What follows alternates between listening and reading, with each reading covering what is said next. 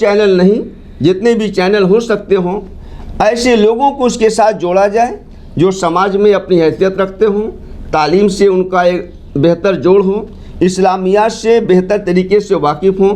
ان سب چیزوں کو سامنے رکھتے ہوئے اگر ایسی ٹیم تیار کی جائے گی تو وہ سماج کو صحیح رخ پر لے کے چلیں گے۔ ناظرین آداب، آپ کی بات سے میں ارشد جمال۔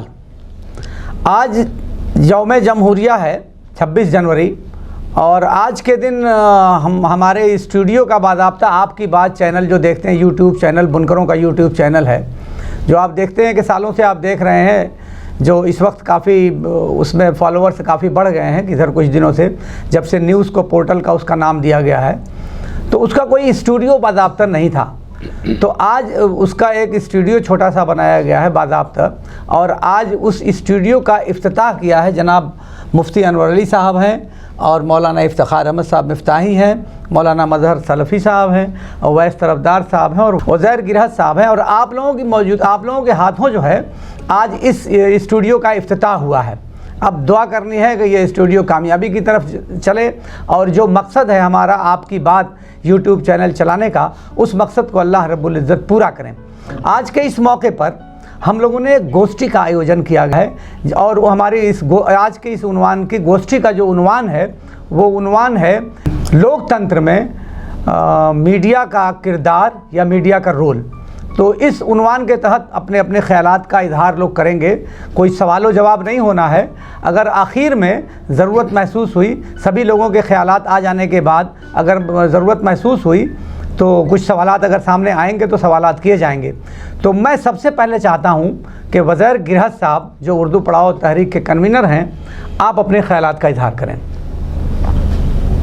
پہلے تو میں آپ کی بات چینل شروع کرنے کے لیے ارشد جمال صاحب کو دل کی گہرائیوں سے مبارکباد دیتا ہوں۔ ایک بات جو پورا شہر تسلیم کرتا ہے دیکھیے کیمرے کہ ارشد جمال کو زمانے کے ساتھ چلنے کا ہنر آتا ہے۔ انہوں نے بہت بروقت اس بات کو محسوس کر لیا کہ میڈیا کی طاقت کے بغیر اپنی آواز عوام تک نہیں پہنچائی جا سکتی۔ میڈیا لفظ آج ایک بہت وسیع معنی میں استعمال کیا جاتا ہے۔ یہ میڈیم کا پلیورل ہے، جمع ہے، یعنی مادھیم۔ اب اس کا دائرہ بہت وسیع ہو گیا ہے، یہ صرف خبروں تک محدود نہیں۔ آج اس کا دائرہ ایجوکیشن، اسپورٹس، انٹرٹینمنٹ، بزنس، تمام جگہوں تک یہ پہنچ چکا ہے۔ اور آپ کو اس بات کا بخوبی اندازہ ہوگا کہ آج جن لوگوں کے ہاتھوں میں میڈیا کی طاقت ہے وہ دنیا کو جیسے چاہے ویسے اس طرح چلاتے ہیں، گویا دنیا ان کے اشاروں پہ ناچتی ہے۔ چاہے وہ اسپورٹس ہو، فلم انڈسٹری ہو، بزنس ہو، سیاست ہو، ہر جگہ اگر آپ کو اپنی پکڑ بنانی ہے تو آپ کو میڈیا کا سہارا لینا پڑے گا۔ اس کی طاقت کا اندازہ آپ اس طرح لگا سکتے ہیں کہ آج میڈیا جو چاہتا ہے عوام وہی سوچتی ہے۔ صحیح بات۔ جن کے ہاتھوں میں میڈیا ہے وہ آپ سے سوچواتے ہیں، اور آپ وہی بولتے ہیں جو وہ بلوانا چاہتے ہیں آپ سے، اور وہی کرتے ہیں جو کروانا چاہتے ہیں۔ گویا ایک طریقے سے وہ عوام الناس کی ذہن سازی کرتے ہیں۔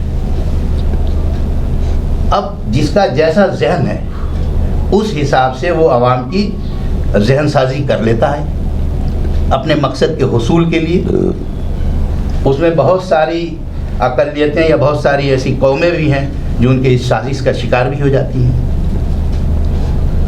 خلاصہ بات کا یہ ہے کہ اگر آپ کے خلاف میڈیا کے ذریعے کوئی سازش کی جا رہی ہے تو اس کا جواب بھی آپ میڈیا کے ہی مادھیم سے دے سکتے ہیں، کسی دوسرے ذریعے سے اس کا جواب نہیں دیا جا سکتا۔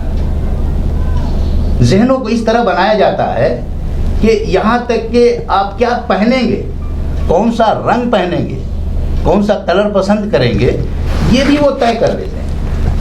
مجھے آج کے تقریباً 7-8 سال پہلے کی ایک بات یاد آتی ہے کہ سینچری انکا ایک بڑی کمپنی ہے جس کے سیلز کے کچھ آدمی آئے تھے، مارکیٹنگ کے کچھ آدمی آئے تھے، اور انہوں نے بتایا کہ آج کے 10 سال کے بعد فلاں کلر چلے گا، جس میں پیرٹ ہے، جیٹ گرین ہے.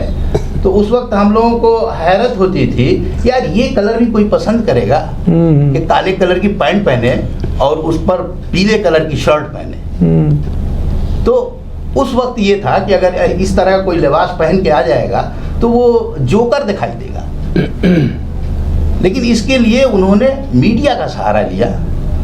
اس کے لیے جو فیشن شو ہوتے ہیں اور بہت ساری چیزیں ہوتی ہیں، تفصیل میں بہت جانے کی ضرورت نہیں ہے، لیکن دھیرے دھیرے وہ ذہن بنا دیا کہ ہر کوئی وہی پہننے لگا. گویا آپ کون سا رنگ پسند کریں گے اور 10 سال کے بعد کون سا رنگ پسند کریں گے، یہ پلاننگ ہو جاتی ہے ان کی.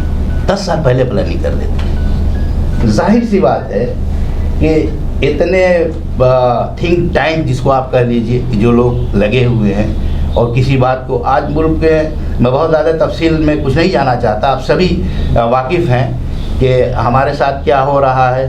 اور بھی اس ملک میں چند تھوڑے 2-4% لوگ ہیں جو چاہتے ہیں وہ کرتے ہیں، اور پرسنٹیج میں اکثریت میں لوگ مظلوم ہیں. اس کے بعد بھی وہ ان کو اپنا ہمدرد سمجھتے ہیں. سیاست میں آپ نے کئی بار ایسا دیکھا ہوگا کہ جو چیز لگتی ہے کہ سیاست میں ان کے بالکل برخلاف جائے گی، لیکن اسی چیز کا وہ اس ڈھنگ سے استعمال کر لیتے ہیں کہ وہ ان کے لیے منافع بخش ثابت ہو جاتی ہے. میں کچھ ایسے انسیڈنٹ آپ کے ذہن میں آ گئے ہوں گے کہ ایسے کئی سارے انسیڈنٹس اور گھٹنائیں اس ملک میں ہوئی ہیں جو اقتدار میں بیٹھے ہوئے لوگوں کے لیے بھاری نقصان دہ ثابت ہو سکتی تھی، لیکن کچھ اس طرح سے اس کو ٹویسٹ کیا گیا کہ وہ ایک بہت بڑے فائدے کی شکل میں ان کے سامنے آ گئی. 5 سال کی زبردست ناکامی کے بعد کوئی آدمی تصور نہیں کر سکتا تھا کہ اتنی بڑی اکثریت کے ساتھ کوئی آ جائے گا. وہ میڈیا کی طاقت تھی، وہ میڈیا کی طاقت تھی کہ انہوں نے اپنے مائنس کو، اپنی نیگیٹو کو کیسے انہوں نے اپنے پازیٹیو میں کنورٹ کر دیا، اور وہ جو چاہتے تھے وہی ساری عوام بولنے لگی. وہ اپنا دکھ درد بھی بھول گئی، اپنے روزی روٹی کے مسائل بھی بھول گئی، اپنے نوکری کے مسائل بھی بھول گئی. تو یہ ایک بہت بڑی طاقت ہے. ارشد جمال صاحب کو میں پھر ایک بار مبارکباد دینا چاہوں گا کہ ایک بہت بڑا کام آپ نے شروع کیا ہے. اس کو اور وسیع پیمانے پر کرنے کی ضرورت ہے. جس طرح سے آپ اس کو واٹس ایپ پہ ڈالتے ہیں، انسٹاگرام پہ ہے، ٹویٹر پہ ہے، یوٹیوب پہ ہے، اور جتنے بھی ذرائع ہیں میں کہتا ہوں کہ سب کا استعمال ہونا چاہیے. بے شک. اور وقتاً فوقتاً سماج کے مختلف طبقے کے لوگ جیسے وکلا ہیں، انجینئرس ہیں، ڈاکٹرس ہیں، علماء دین ہیں، دانشور ہیں، ان لوگوں کے خیالات جو بہت کچھ میں ویس بھائی کے ذہن میں ہے، آپ کے ذہن میں بہت کچھ ہے، لیکن وہ پبلک تک نہیں پہنچ پاتا، عام لوگوں تک نہیں پہنچ پاتا. تو یہ ایک بہت بڑا ذریعہ ہوگا جس کے لیے آپ نے قدم آگے بڑھایا ہے. ہم لوگ اللہ تعالیٰ سے دعا کرتے ہیں کہ آپ کو اس میں کامیابی ملے، اور سپورٹ آپ کو ملنا چاہیے لوگوں کا. اس کے ویورس جو دیکھنے والے ہیں ان کے ویڈیو کو، جس کی تعداد اتنی تیزی سے بڑھ رہی ہے کہ مجھے یہ لگتا ہے کہ چند دنوں میں یہ بہت مقبول ہو جائے گا. ہم لوگ ایجوکیشن سے جڑے ہوئے ہیں. میں دیکھ رہا ہوں کہ ایجوکیشن کو لے کر کے انہوں نے جتنے انٹرویوز کیے ہیں، جو بچوں کا انٹرویو لیا، جو بڑے نیٹ اور IIT کے جو کمپٹیشنس میں جو بچے کامیاب ہو رہے ہیں، اس کی وجہ سے ایک جو بہت بڑا فنکشن ویس بھائی جو ہم لوگ پہلے کبھی مسلم انٹر کالج میں کرتے تھے اور لاکھوں روپے خرچ کرنے کے بعد جو اس کا آؤٹ پٹ ملنا چاہیے تو ملتا، تو میں دیکھتا ہوں کہ 2-4 انٹرویو میں آپ نے 2-4 جیسے نیٹ میں کئی بچیوں نے کوالیفائی کیا، ان کا جب آپ نے انٹرویو لیا تو بہت سے لوگوں کے دلوں میں یہ بات پیدا ہو کہ میری بیٹی بھی یہ کر سکتی ہے، میرا بیٹا بھی یہ کر سکتا ہے. اس کا میں اس طرح سے کہ میرے پاس بہت سارے لوگ ویس بھائی کے پاس بھی آتے ہیں، ہمارے پاس، وہ انٹرویو دیکھ کر کے جب ان کو بتایا جاتا ہے کہ کیسے اس نے اپنی تیاری کی. ایک بنکر پریوار کی، ابھی دیکھیے سر اقبال میں پڑھنے والی وقت 3 سمیٹنا پڑے گا.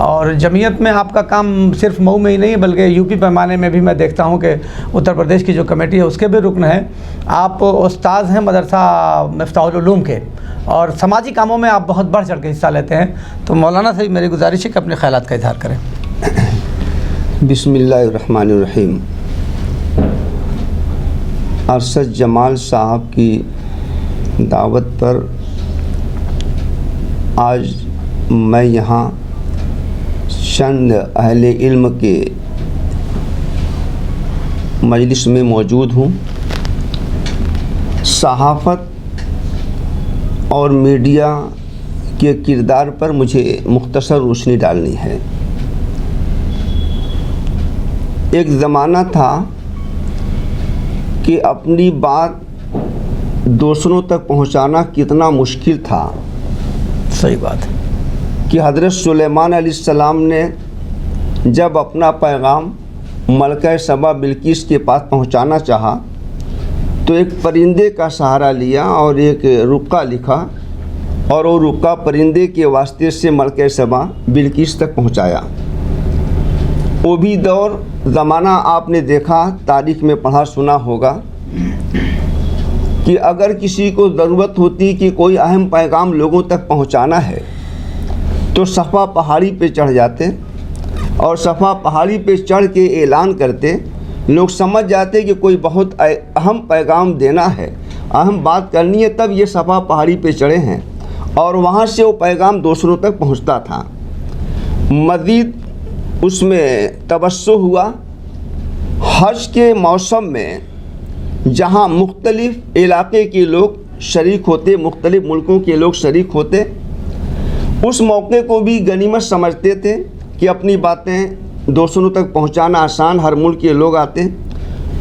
اس حج کے موسم میں بھی، حج کے ایام میں بھی دین کی باتیں، سماج کی باتیں، انسانی معاشرے کی باتیں، اسلامی معاشرے کی باتیں دوسروں تک پہنچائی جاتی تھیں.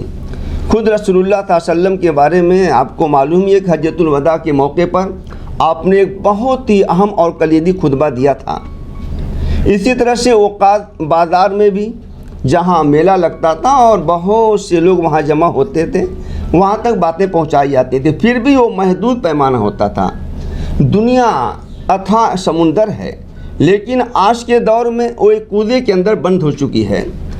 دنیا کے ایک ملک میں اگر کوئی بھی واقعہ رونما ہوتا ہے، منٹوں سیکنڈوں میں وہ خبر ہم تک پہنچ جاتی ہے. جبکہ پہلے کے حالات آپ کو معلوم ہے کہ ایک شہر سے دوسرے شہر تک، آپ کے یو پی اور یو پی کے علاوہ دوسرے اسٹیٹ تک اپنی باتوں کو پہنچانے کے لیے وہ بھی رکے کے ذریعے سے، خط کے ذریعے ہوتا تھا. ہفتوں کبھی کبھی 15 روز کا بھی وقت لگ جاتا، پتہ چلا کہ کہیں وہ خط غائب ہو گیا، رک گیا. بہت مشکلات ہیں.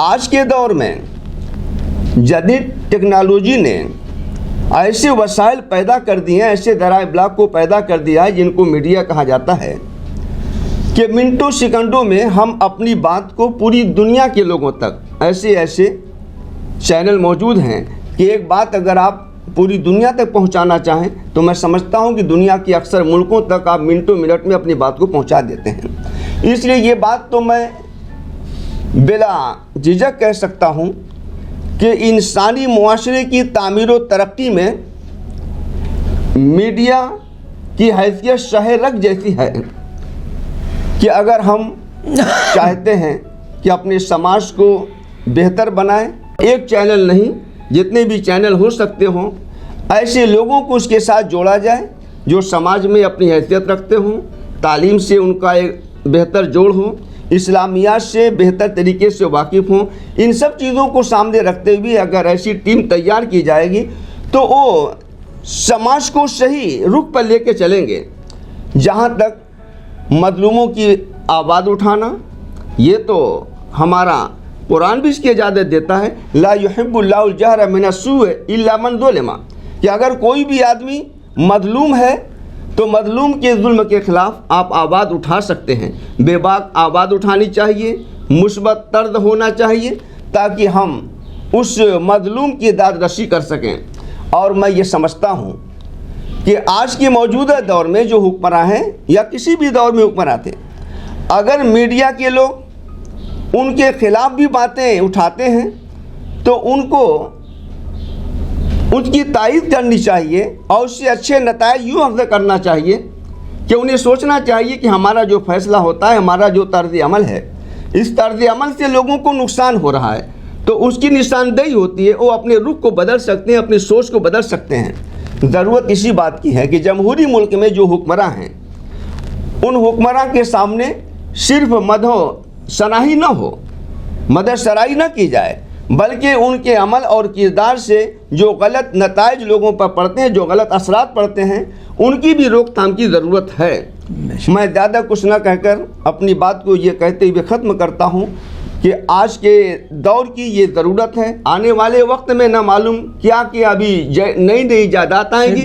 جس زمانے میں، جس دور میں جو بھی ایجادات آئیں، ان ایجادات کو ہمیں صحیح رخ پر لے کے چلنا ہے۔ ہم اس سے فائدہ اٹھا سکتے ہیں اور دوسروں تک بھی فائدہ پہنچا سکتے ہیں۔ تو اللہ تعالیٰ سے میں دعا کرتا ہوں کہ ہم جہاں تک ہو سکے لوگوں تک علمی باتیں، عدل و انصاف کی باتیں پہنچا سکیں، اور جو حکم ہے ادعو الی سبیل ربک کہ حکمت کے ساتھ دین کی باتیں، سماج کی باتیں، اسلام کی باتیں، انسانیت کی باتیں لوگوں تک پہنچانا، اس پر ہم عمل کر سکیں۔ اللہ تعالیٰ سے دعا ہے کہ جس مشن کو، جس مقصد کو ہمارے سابق چیئرمین ارشد جمال صاحب لے کے چلے ہیں، اللہ تعالیٰ ان کو اس مشن میں کامیابی عطا فرمائے۔ آمین آمین۔